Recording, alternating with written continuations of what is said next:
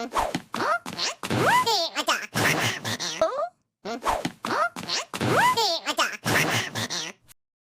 saving the best for last. Uh, Dr. Cam Gholampour was supposed to be our first ever Spine and Friends guest, but he was dealing with concussions. What else you have before 8:30? Dislocations. Dislocations. He's one of the favorite best friends of the All Star programs here at Florida region, and a great friend. We want to welcome you and thank you for joining us. Thank you guys for in having us. this I'm awesome excited that you event. guys are doing this. Everyone's going to love these. We're super excited to have you. So I'm interested of how did you grow and if you were always involved in sports. So growing up, I played baseball. I was the hefty kid, so I only played first base. I weighed more when I was 12 than I do now at 31. Really? So I played baseball, had an elbow injury, went to physical therapy, started to lose weight, and then I was like, you know what? I kind of want to get into this world, and then got into fitness, became a trainer. My background is I was a strength coach at Florida State while I was there, and then I knew I wanted to be in healthcare in some capacity. I was in a program that made me shadow every kind of doctor, and I knew I wanted to be in sports. Every guy I worked with wanted to be an orthopedist or a physical therapist. Every female wanted to be some sort of family doctor or cardiothoracic. So I had to shadow. I shadowed the team sports chiropractor for Florida State where I went. And then that's when I was like, you know what, I'm going to do that. And I love sports. I work in sports, but funny enough, I don't even keep up with sports unless ESPN is on at the office or I'm looking on Instagram. I couldn't tell you a single thing about who's hot in sports or who the draft pick was or anything. When did you decided that you want to become a chiropractor? When I was in undergrad. Undergrad? Yeah. So I shadowed a chiropractor there, and I wanted to blend the strength and conditioning and movement component with that. Um, there's a lot of people that doesn't get that part that you can love sports and you wanna keep being involved in sport. I guess we got a younger audience. If there's a young person that want to keep being involved in sports and maybe they can't play at the highest level, Yeah. what would you be? What would be your recommendations and how was your path? I'm very interested. Yeah. So I mean, I'm gonna yeah. Okay. My biggest thing when I tell people about working in sports and why I don't necessarily keep up with it, it just one, it's a time thing. Two, it's also in this world, the reason I love working sports is everyone that is in sports, they have a goal. They want to get better. They want to make themselves better. I want to work with people like that. Some people, they want to go into an office and they just want to lay down and be told what to do, take some medication and not do their stuff. I wanted to be around people who they want to get from point A to point B because that's my job is to help people do that. And then again, caring about sports. It's not that I don't love watching sports and hanging out with my buddies and doing that. It's more just a time thing, but it's also one of those things when you're in that world, you're overloaded with it. So you can only be so inundated with baseball, with basketball, with football, and it's just one of the, try and decompress after work. The last thing I want to do if I'm working with baseball athletes all day in the office is watch baseball, right? Again, I have a love for all sports, but then path-wise, I tell everyone too, I've never hit a 450-yard home run, but I can still work with those people. I never once played volleyball, but I can still be medical oversight and still treat all those athletes. Understanding the biomechanics and how the systems work is the most important part. Um, I've, done this stuff recreationally again, but again, understanding the mobility component, the stability component, that's more important than playing, right? It's just like not all coaches were great athletes, right? Yeah. So again, if someone is looking to go from sports, transitioning into something into sports, that's awesome. You don't absolutely have to do that, but it's better for you to understand the systems, the processes. And over the years, I've, learned so much between how volleyball season is and how much the demand is throughout the year. I mean, same thing with baseball. They're playing year round, and the demands of a youth athlete is unbelievable. Yeah. It's what people were doing in their 20s, 30s professionally. Now you've got 12-year-olds doing that and more.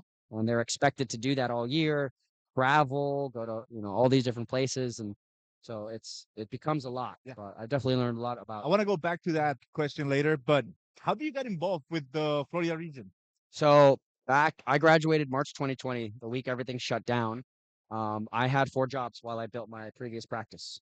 One of the jobs I had someone that they were working with Florida Region. They needed extra coverage.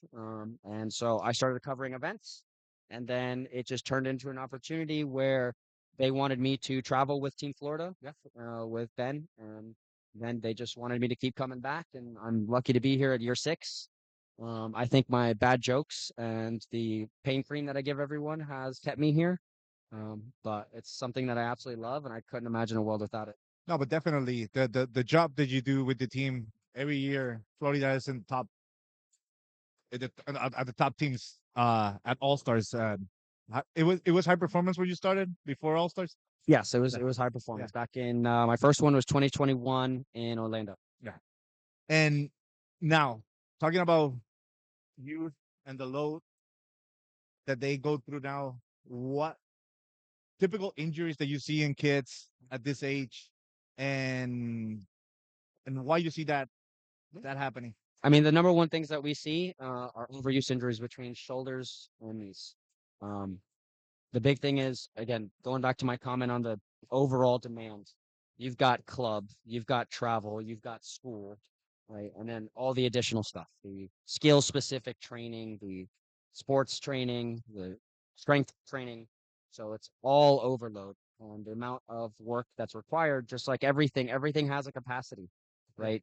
Engines have capacities, hearts have capacities, tendons.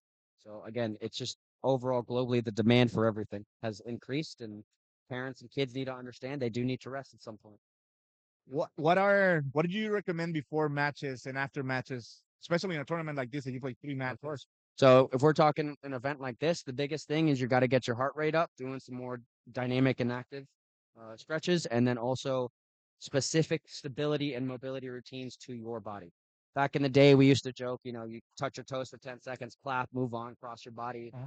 That stuff is not the most healthy, right? So having a good sports chiro physical therapist, somebody that you work with to focus on teaching you what your body needs to stabilize or mobilize. So either duct tape using your band work or your WD-40 during mobility drills to loosen up your back or hips. As long as it's a total body approach, it shouldn't take more than 10 minutes. It should be good to go. Just Well, consistency over time. 1 second. Let's turn a little bit. It's a little bit crooked. There you go. Sorry. Oh, yeah. Oh, yeah, I hear it Good? fine. Yeah. All right, all right. I the ice after the matches. Is it all right? Let me go back. I Hot always heard. topic, hot topic. I Cold always topic, heard. I should say. If something hurts, put ice on it, right? Yeah, yeah, yeah. And but is it right? Is it good? Oof. Well, is it right? That's a loaded question. The easy answer is it's a preference. Okay. There's certain times when, yes, acutely putting ice on it in the beginning is smart, and there's certain times when heat is definitely going to be better. There's been arguments over the years. There's a book out there. The guy who said ice everything came out and was like, "Yeah, I just kind of made that up back in the day." And then there's a big push towards heat. What I tell people is if you need to numb something, right? It's just so uncomfortable, so bothersome. You can't think, you can't focus. Your quality of life sucks. Ice it. Okay. When you're trying to heal something, heat. Okay. Right. Back in the day, it was just ice for everything. You're right. And here, if you're just genuinely trying to numb something and go home and feel okay, then go ahead. But if you're expecting that bag of ice to work miracles, not so much. Okay. One thing that normally I saw that we talk about the events and what is happening right now, but what do you recommend for preparation before coming to this tournament and before getting that amount of weight on the muscle? Yeah, I mean, again, if you're gonna do anything like that, then heat is gonna be your best friend. Again, no pun intended, to physically warm that up and then get the fluid pumping through the joints, right? So again, when we talk mobility, that's when we talk about WD-40. That's again your hip openers, right? Shoulder swings, and then stability. That's when you talk about your banded work, right? Or your monster walks for your hips, getting everything just lightly awake, slow load, moderate intensity exercises to just get the blood pumping through those muscles and activate. Okay. Can you tell us a little bit about the craziest injury that you've seen in your lifetime? So in volleyball or in general? Well, let's start with volleyball and then let's go with Okay. general. Well, And then don't it's be too graphic because no, I got a weak I mean, stomach. it's easier if I go in reverse if you don't I, mind. I mean, unfortunately, the worst thing I have seen is death. uh, That was at Florida State. If you remember what happened to Damar Hamlin, commotion when they ran into him and stopped his heart. Mhm. While I was at the gym, I was manager of that stuff. So I used to be the CPR professional rescue instructor for all of Florida State strength and conditioning. So I taught over hundreds of people how to do this stuff. playing basketball, ran into each other, stopped his heart. I did CPR for 14 minutes. And I shocked him 4 times. Unfortunately, he was brain dead, so his parents pulled the plug. This was even before I was Dr. Cam. This Oh, was as a student. I was 20 years old. So if oh, you've ever seen my dog on social media, that's why I have her. At an event, knock on wood, unfortunately, at this event, I have quite literally seen everything. But that's, I mean, we had even last year, we had a stroke, we had a heart attack. Um, I've seen bones sticking out of people's bodies here. I've seen ankle sideways. Again, kneecap sideways this morning. So I've seen a little bit of everything in here, and I also work a lot for USA Taekwondo. So again, pretty bloody there, and yeah. I've seen some pretty gnarly stuff there, unfortunately too. But So I will say, if people don't follow you on social media, Dr. Cam is not just the doctor for Team Florida. You got a squad of players. By the way, I think you gotta leave. You gotta stop working with Vlad because I'm a Yankee fan, and every time sorry to hear that. every time the Blue Jays crushes, I'm like, that was Cam. I bet he was with Cam last night.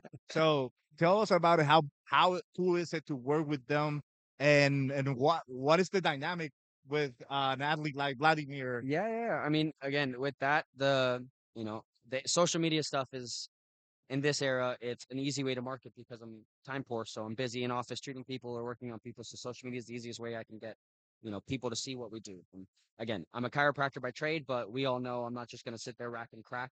Right. So that's where social media highlights a lot of that stuff. So with a lot of the pro athletes, I was fortunate enough to meet a lot of people who a lot of pro athletes trusted, and when they were hurt, they asked these people, who did they go to? And they recommended me. So I tell everyone, just like with volleyball, I earned the trust of the head of the snake. And then from there, that's when everything else expanded. So working with Vlad is unbelievable. The Guerreros are an incredible family. I call them my primos now. They're my cousins now. That's why I joke I'm 10% Dominican after being at the World Baseball Classic. But Vlad and a lot of the other baseball guys or some of the basketball guys I've gotten to work with. It's an honor to work with them. I love them to death, not because of who they are in baseball, Yeah. just because of who they are as people. You take away their sports, their contracts, any day of the week. They're my patients. I would hang out with those guys. They're just unbelievable. They all have great hearts. They all laugh when we're together. So, and then again with Vlad, funny story. You asked about me not really caring too much about sports. I tell him all the time, or I tell a funny story to patients that one of the days someone would brought up the home run derby. And I was like, man, who won the home run derby this year? And he looks back at me while I'm It was working. And him, he's like, bro. Poppy, I did. Oh, cool. And he's like, wow, you really don't keep up with us. I was like, no, I had no idea you won. Yeah, I So remember that one. Um, let's go to that because Cam, like a year ago, told me that he wanted to learn Spanish, and that's something that we hear a lot. Like everywhere we go, there's a gringo that comes, "Oh, I want to learn Spanish, and it's cool. But you actually did, and then you went to the baseball classic, and you became full Dominican. Tell me about that experience, and from a guy that played baseball, immersed in the culture, because that tournament is one of the en best. inglés o en español. Let's do it in En Spanish. español. So, tomo una clase, se llama Baseline. Es una app. Todos los días necesito practicar mi español por 30 minutos con un profesor. No es Duolingo o Babbel. Necesito hablar todos los días. Es tienen lecturas. ah, 8, no. ah, no, 10 niveles. Okay. Ahora soy un nivel 5. Okay. Y por las 7 meses ahora he habido uh, aprender español. Sí, ahora necesito practicar más porque ah, yo quiero, no, yo quiero You can say it in hablar English. español ¿Quieres hablar fluentemente. español? Yeah. Es importante para mí porque los jugadores de béisbol, pero en mi vida me gusta todas las culturas de latinos. El clásico, el mundial clásico de béisbol. Ah, ¿Cómo se dice memory? Yo no sé memory. Memoria Una memoria de mi vida. El mejor. A memory, of a lifetime. something to Sí, remember. of course. Yeah. I mean, there it was the culture, the people, everyone was dancing, everyone that was happy. The Venezuelan Dominican game. I'll never be able to experience a sporting event like that in my life. And again, it's like kind of at the World Cup. Everyone's dancing, everyone's singing, everyone's smiling. They're just happy to be there. That's why I was so mad when USA beat the Dominican because it was just like it was a golf clap when they were winning. I thought, Yeah. okay, cool. And they didn't have as much skin in the game as everyone else. So I'm so happy Venezuela won. But again, the dancing, you'll never find that in American sporting events. Yeah. Right. Which that's why I was so happy to be there. And yes, I had the Dominican jersey. I grew out the facial hair, the hat, and everything. But that's why I'm now 10%. Okay. 10%. 10% Dominican. Honorary. Yeah. It was cool. It was cool watching you. Having fun. I don't think you travel a lot and you eat everything, right? Oh God, here we go. What's the craziest thing that you have ate and where? Oh, where? Let's start with the Okay. where is the craziest place that you've been, and then let's go with what is the craziest thing that So you after I spent a week with you guys in Madison, Wisconsin, I went straight within less than 24 hours. I went to a day in Taiwan. I thought you were gonna say Madison. ate? Well, I'll Well, the tell you cheeses were something great. horrible I had in Madison after this, but Taiwan, I went to Taiwan, then I went to go work in China for 3 weeks at the World Games, which is like a step below the Olympics. So in China, they don't waste any part of an animal. Okay. So I've had over there, I had pig aorta, pig brain, Okay. uh, pig male urinary parts, Okay. a moldy tea-based egg called a century egg. I had that in Taiwan. But the worst thing I have ever eaten was durian, and that was in China. So durian is what's called the king's fruit. It's illegal to eat it in public places in most countries. So you know how people have that gene that cilantro tastes like soap? Okay. Durian to some people, even though it smells horrid, if you have a gene for that, you it tastes like Diet Coke Okay. or Coke. Okay. So it's like you're eating fruit, but like tastes like Coke. To a regular person like myself, imagine throwing up in a bowl and it's cottage cheese texture and you're eating it and it's warm. And I actually projectile vomited in the streets of China. I had grown up watching all those bizarre food shows, right? And then again, in my household, cultured family, if you're not eating what's presented in front of you, that's a sign of Yeah. Yeah. disrespect, You gotta eat it right? all. I mean, over there, they were just put in front of us and we had a taste of everything and that's it. Am I going to eat that stuff again? Absolutely not. But will I have escargot pizza like I had the other weekend just because it was on the menu? Sure. Of course, I've got an iron stomach, is what I like to say, but we'll see about that. But then, I mean, Madison, Wisconsin, they told me it was a Wisconsin classic bomb. It was a typical thing to do there. What was it? It was a PBR with a spicy pickled egg in it. In it. Yeah. Okay. The first one I had, the egg was 100% spoiled. It was horrible. So what did I do? I tried it again and made some of the other coaches try it with me just because peer pressure.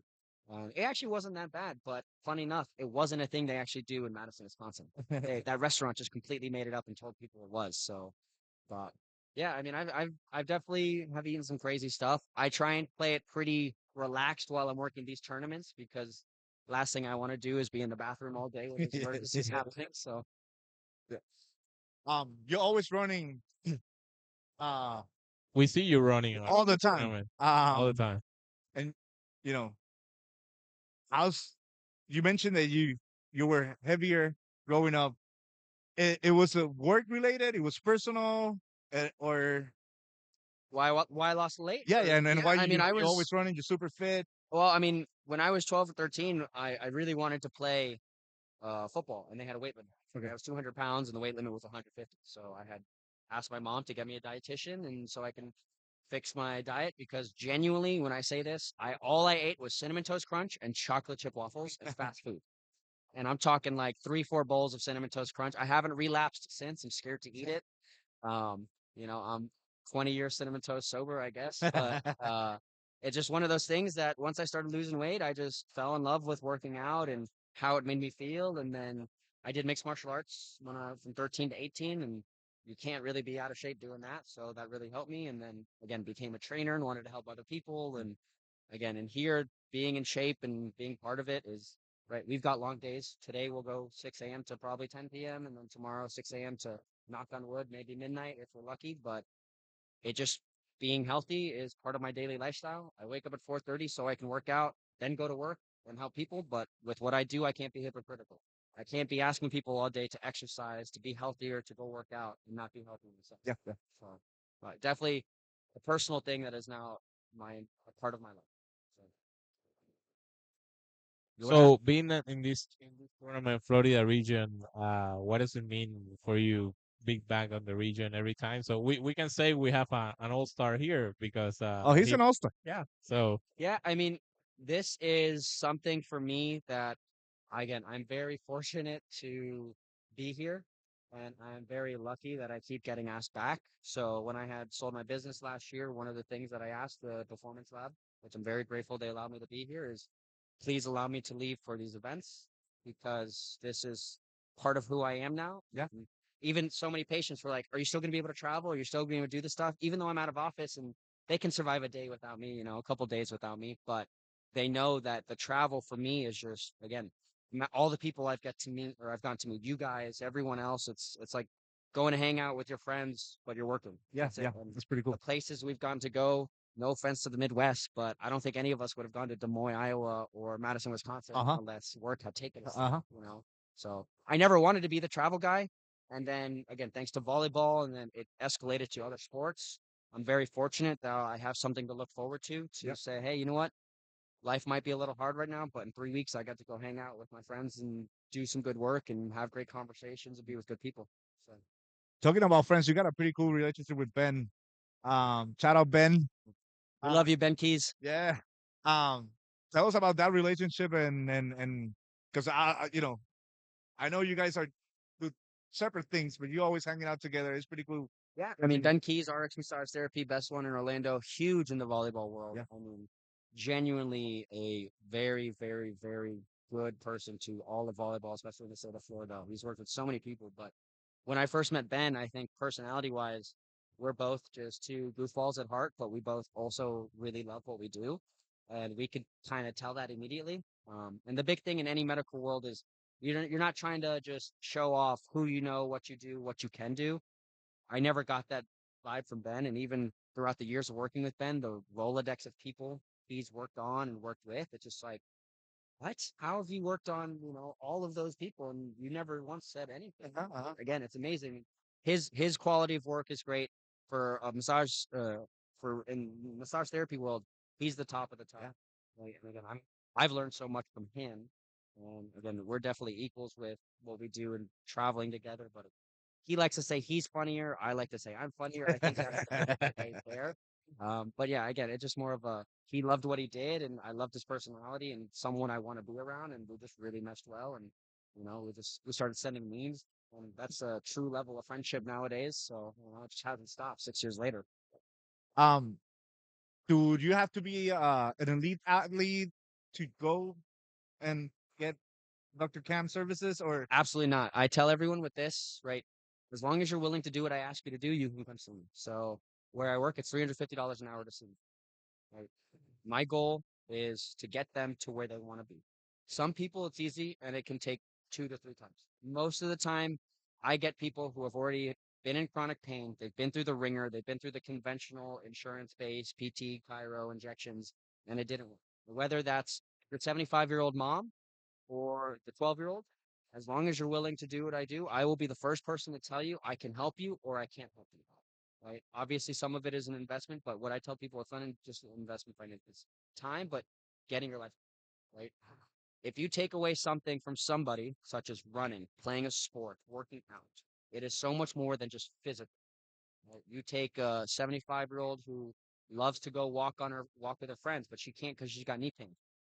That's important to her on so many levels outside of just being healthy, right? That's her support system. That's her emotional. That's her de-stress time. Yeah. Right.